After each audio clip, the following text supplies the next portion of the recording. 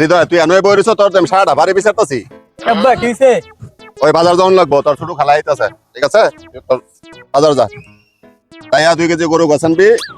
তোর 2000 টিয়া 2 কেজি গরু গোছ কবে যাবে ফাটাইছে আর দিয়া বংশর বিজানি কমাই দেয় তোর ছোট খালা আইতাছে ফোন দিছে ঠিক আছে 1500 টাকা নিয়ে বসা 750 কইরা আর 500 টাকা সাবধানে যা বললো ইয়া আনবি আইনা আমারে ফেরত দিবি ঠিক আছে যা তাড়াতাড়ি যা আব্বা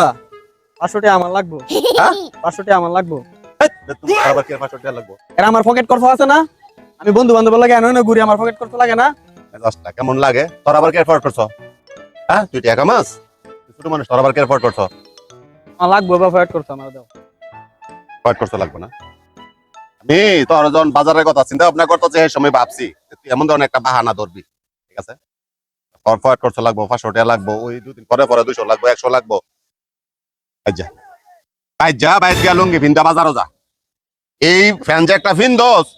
এটার খোলস না এটার মধ্যে ফোর্ট থাকে তোর ফোর্ট করছো দরকার পরে বাইরে যা লুঙ্গি ভিন্দা বাজারও যা এই লুঙ্গি ফিনলে লুঙ্গির মধ্যে ফোর্টও থাকতো না ফোর্ট খরচও লাগতো না যাবে তোমার তাড়াতাড়ি যা